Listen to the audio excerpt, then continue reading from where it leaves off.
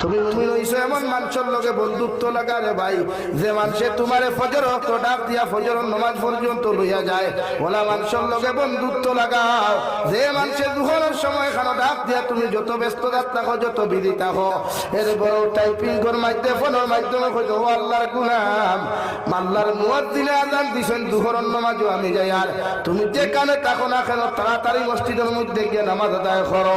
OLA মানুষের লগে বন্ধুত্ব হর দেওয়াই, যে মানুষে তোমারে গুনার খামো দেখার লগে লগে জমিনের মধ্যে তোমারে বাধা দিলাই, ওলা মানুষের লগে জমিন তুমি বন্ধুত্ব স্থাপন করো।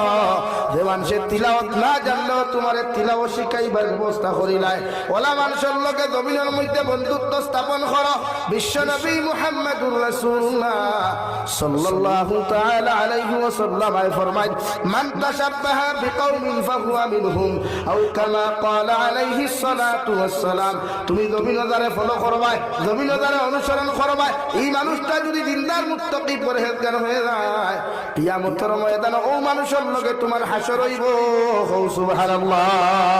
ওলা দিনদার মানুষের লগে যদি বন্ধুত্ব লাগাও, ওলা দিনদার মানুষের লগে যদি মহব্বত লাগাও, যে মানুষের তোমার গুনাহ থেকে সর্বাবস্থাত বাঁচাইয়া রাখে রয়, পাঁচ ওয়াক্তের নামাজের সময় ডাক দিয়া কও আল্লাহর বান্দা আমি তো মসজিদে যাই, আর তুমি আমার লগে মসজিদ খানো যাও।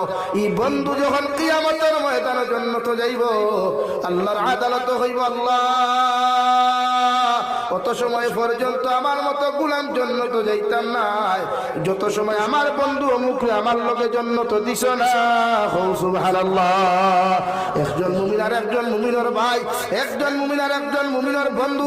ভাই যেমন বিপদে পড়লে ভাই ঘরের মধ্যে ঘুমাইতে শান্তি পায় না, খাইতে শান্তি পায় না রে ভাই। আল্লাহর নবী বলেন গোটা পৃথিবীর কোনায় কোনায় মুসলমান জাতি যখন জমিনের মধ্যে বিপদে পড়ব, তোমার দায়িত্বই রয় মুসলমানের সাহায্য আর হেল্প করা।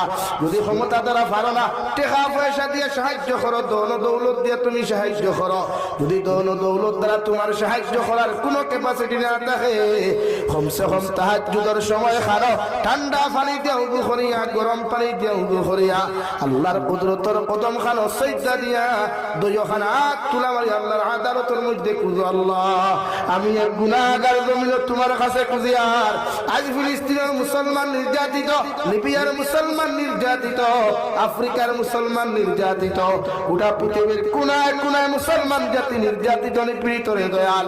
আমার শক্তি নাই, ক্ষমতা নাই সাহায্য করার, আমার ক্ষমতা নাই, টেকা নাই সাহায্য করার, কিন্তু আমার সামান্য ক্ষমতা দিসলাই দোয়া করতাম রে দয়াল।